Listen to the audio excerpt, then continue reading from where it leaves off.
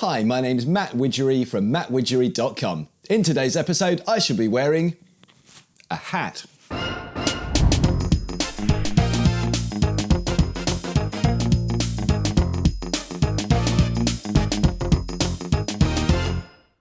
Hi and welcome to episode 2 of Viewers Cues, the show where you send me questions about photography and I answer them. So let's get straight on with the first question. This is from Catherine Muirhead.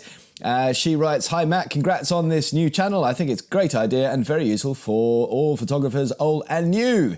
Thank you very much, Catherine. I have a question for you. Marvellous. You've definitely got the hang of this. So, question. I have a Nikon D40, which is quite a few years old, and it has now started developing a faint red line down the centre of every picture I take. Have you any idea what could be causing this? Thanks for any help you can give me. I am a photographer and not a Nikon, or for that matter, any repair agent, and therefore I shy away from anything to do with fixing my own cameras. I don't get involved with it, and I don't suggest that you do either. Whenever a fault appears in your camera, it is just worth sending it back to Nikon or back to the original manufacturer via your, either directly or via your good, reputable local camera shop and get them to cure it for you. Now, in the case of Nikon, I believe that there is a service that they provide, it certainly was when I was using Nikon gear, where they will do a test and diagnosis for free. But then if you end up going ahead with the repair, there is a minimum charge of £100. Now, this was, I don't know if this is absolutely still the case now, because as those of you who have been watching the channel will know, I've switched away from Nikon and I now use Fuji. However, that was the case when I was with Nikon. So, check to see if that's still the case. So it might well be. I mean, the D40 is a few years old.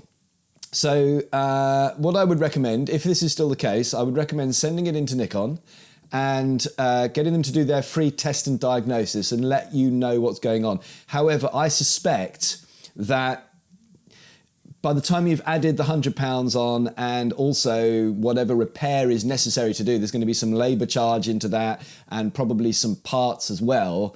It may well come, unfortunately, to the point where it would cost more than the camera is worth. And the thing is, these days, you can get cameras so cheaply, relatively speaking. I know, everything's got a cost and, everybody's got a budget, but, to give you an idea, I recently sold on eBay the D5100 that I used to record this show on when I was recording with Nikon stuff, and it really wasn't very old. I'd used it just for doing the videos, not very much else at all, and I can't remember now, but it was less than £200 for the body. So it may well be that it's worth, it's time for an upgrade. They might be able to fix it. It might be something simple, but, certainly what I would recommend to anybody, and these questions, I will answer them specifically for individuals, but the reason for making the show is because, it's applicable to, obviously, other people out there. So my recommendation to you, Catherine, and generally, if you've got a camera, is always, send it back to the OEM via your, agent to get it done and get it sorted. Just, work rather than trying to sort of get these things fixed yourself, and be aware, much like anything else, cameras, when they get to a certain point in their life, it may not be cost effective to get it going. I hope in your case it is, and it can be cured fairly simply. I mean, it might just be a loose connection. I mean, it could be, for example, where you get like the cables that connect from the back of the sensor into the computer, like the actual sort of, CPU that's in there. If one of those has become a little dislodged, it could cause that effect potentially. So it could be just an issue of getting a cable or like those little plug things with the ribbons on reconnected correctly. But I don't know. Like I say, I'm not a service guy. I don't unscrew cameras and get them together. I don't deal with that. And yeah, so that's it. Send it back to Nikon. Cool. Right. So Ian Timms writes, Matt, how about a video? Oh, he's got two parts to his question actually, which are quite interesting, I thought.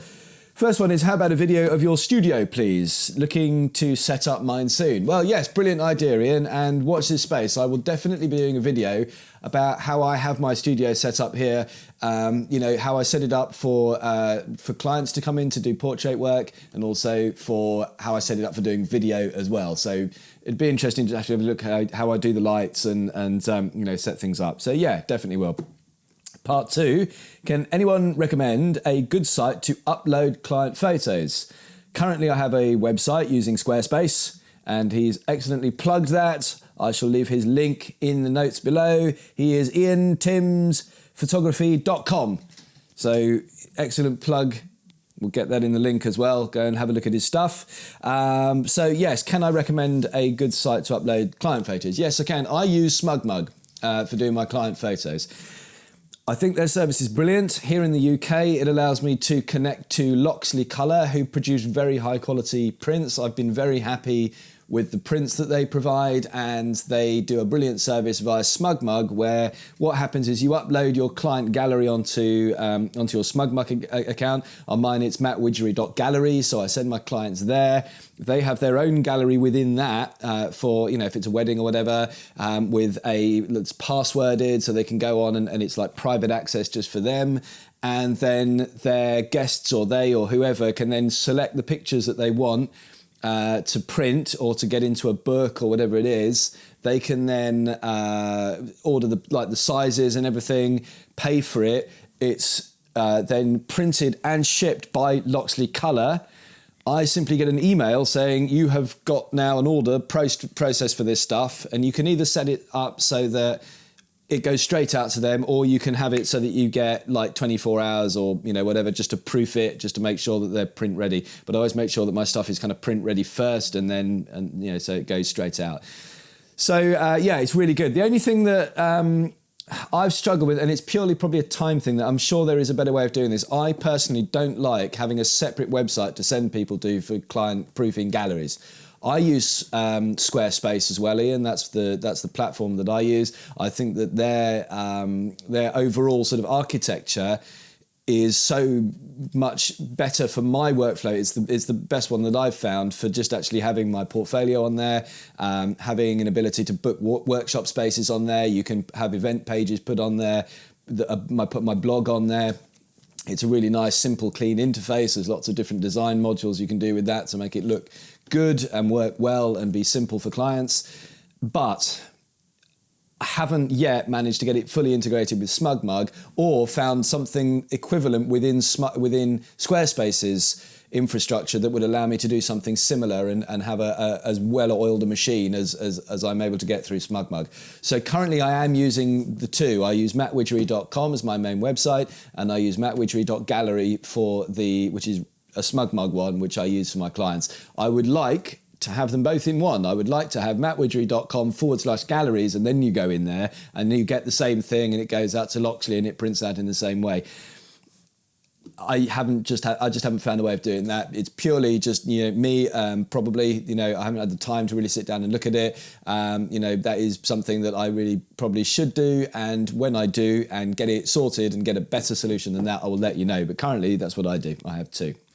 So that's it. Right. So question number 3 from Guy Snape. Hi, Matt. So I lost the bloody QR plate off my tripod.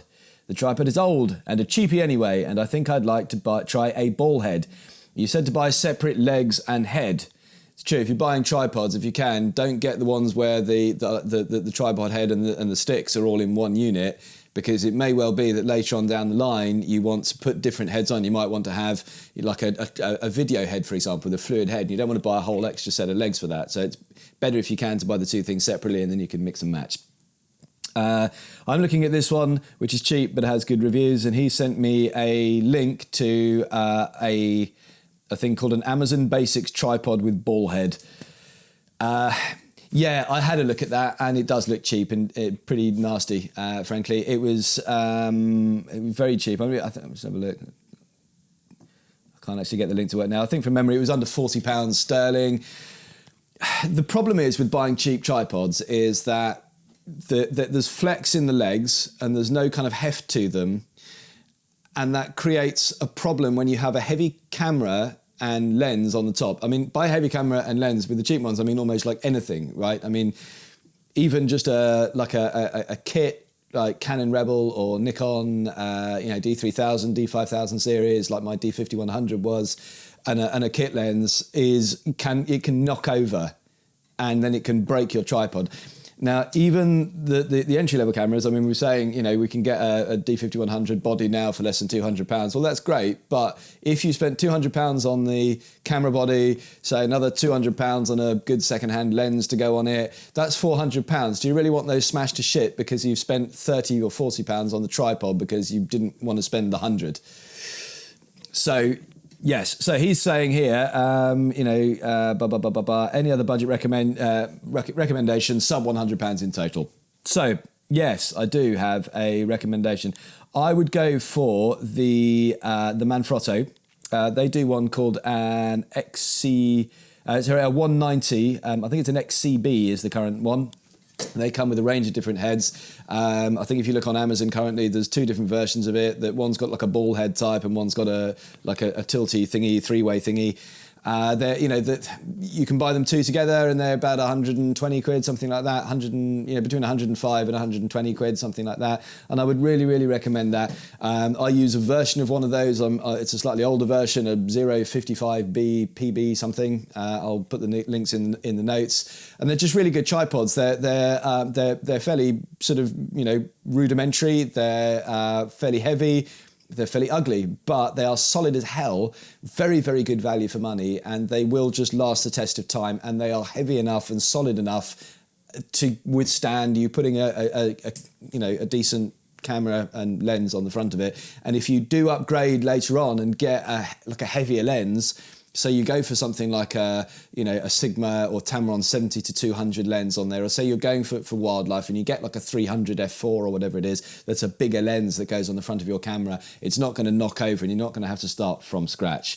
So I would go down there. I'll go down the Manfrotto route. I think they're really good for the money. That's where I would go. Right, okay, this is interesting. So we've got two questions about tripods here. This kind of relates onto the first one as well. So Yusuf Abra says, I only bought a Canon T6S or 760D, depending on where you are in the world. It'll be branded either a week ago with a kit lens and a 50mm prime. For the tripod, must I look to invest in one... Let's start that again and try English, right? For the tripod, must I look to invest in a decent one from the first one or buy a just okay one and probably resell it and switch to a better one once I'm a bit confident with my photography? Similar question, basically, Yusuf, to the other one. Yeah, basically get the best one you can afford and get something that's solid and will stand you the test of time. It's much, much better to buy a quality second-hand tripod than cheap out and get a crappy new one. You know, it is literally about that. Your camera is your prized possession if you're a photographer, and if you break it because you put it on a shit tripod, that just puts the kibosh on your entire photography. Because particularly if you're looking at budget tripods, I'm guessing you haven't got an enormous amount of money to spend on photography gear.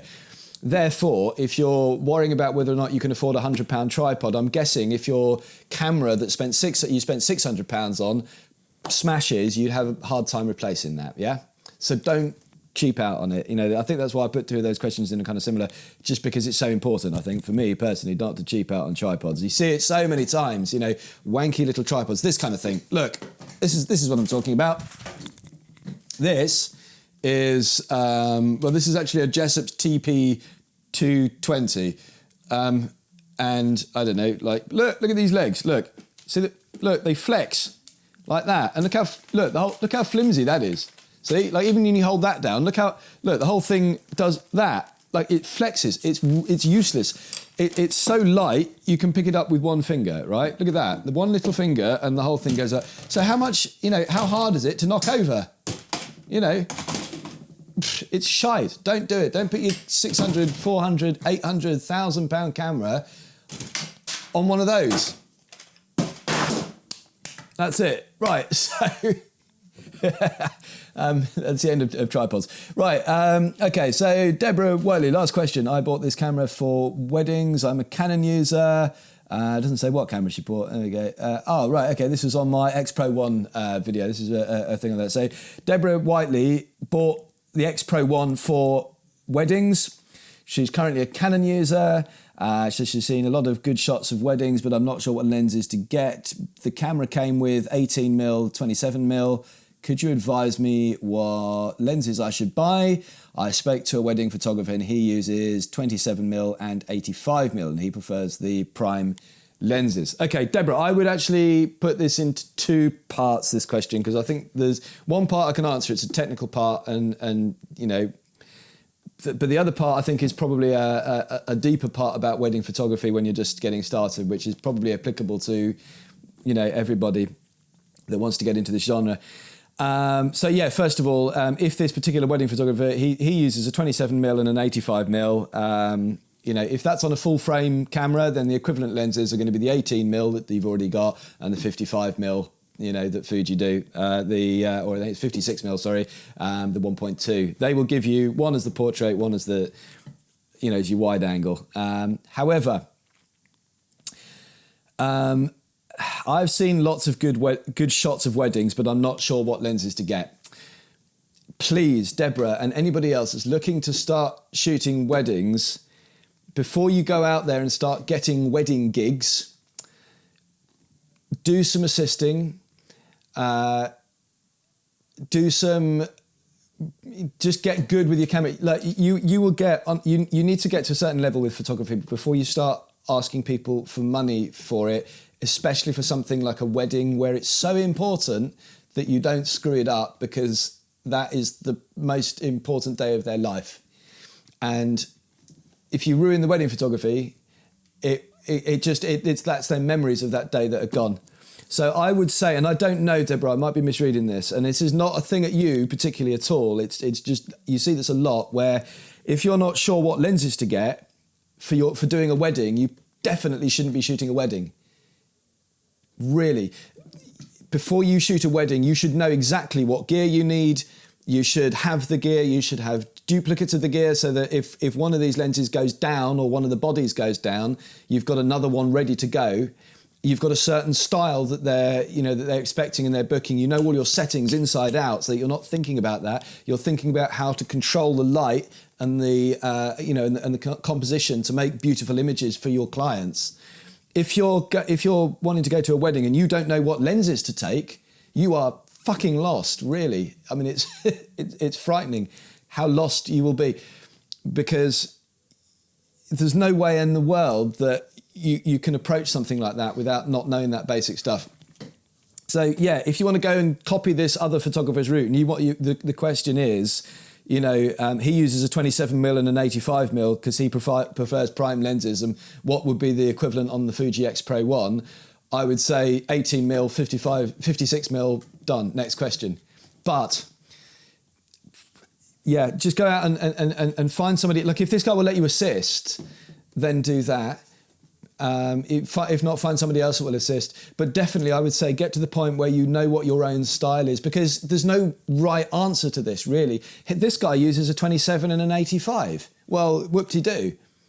But another photographer might use a 50 and a 70 to 200, might not do any wides. Another guy might shoot the entire thing on a 35mm and you know, like Kevin Mullen, for example, who doesn't, because all of his stuff is like documentary style wedding photography. He doesn't do any of the portrait stuff, so he doesn't use a long lens at all. He doesn't use an 85 or 85 equivalent. He shoots XT1s and things, but he doesn't use the 56, you know, or hardly ever. He uses like a 23 and a 14 and those wider ones, just because that's his style.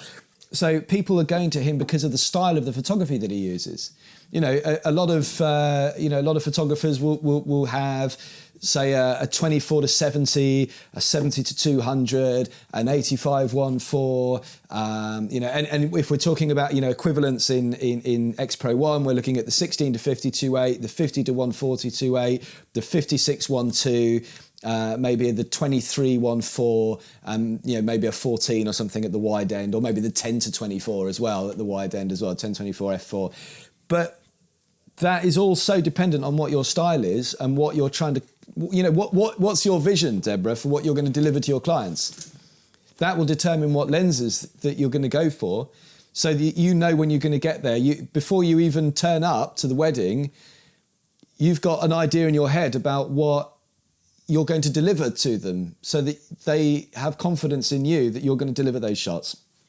So that's it. And so anybody that's looking to get into wedding photography, please, please, please, please, please, please, if you're at the stage where you don't know what gear that you need to take and you're at that level of your photography, you need to do a lot more before you pick up the camera. I mean, some people, you know, if you've been doing photography for a hell of a long time, and you know, maybe you're very well versed in say shooting sports or in shooting concert photography, or you're a photojournalist, whatever it happens to be, and then you start picking up wedding jobs on the side. There's not necessarily, you know, I wouldn't say you necessarily have to go and assist then, you know, because you already know your camera gear inside out. You already know what lenses will get you what type of results. You're already you like that level of photography is down. It's second nature to you. But if you're still at the level where you don't know what gear produces what results, and you're looking at wedding shots and you're going, oh, I like that wedding photograph. That looks really nice. What lens do I need to achieve that? You really need to do a lot more before you start taking on wedding clients. So that's it. That's my advice on that one. That's the end of the cues for today. So thank you very much for watching. I have a request for you guys. Actually, normally at this point, this is where I say if you like the content, please subscribe on the big red button. However, I'm not going to say that today, although please do subscribe on the big red button. But what I'm going to say today is please go to Facebook and sign up on my Facebook page. I'll put a link in the notes below here on Facebook, on YouTube. But if you go to facebook.com/Matt Widgery Photo and sign up on the page there, because you get a hell of a lot of content that is unique to Facebook that you don't get here. So if you've been following me for a while on YouTube, and if you have, I thank you. If you've just joined this and this is the first video of mine that I've seen, I thank you too. You will find some cool new stuff over on Facebook. So hit me up on there, give me a like on there, you know, say hello, and you'll get some other cool stuff. So that's it. Thanks very much for watching, and I'll see you again soon. Cheers.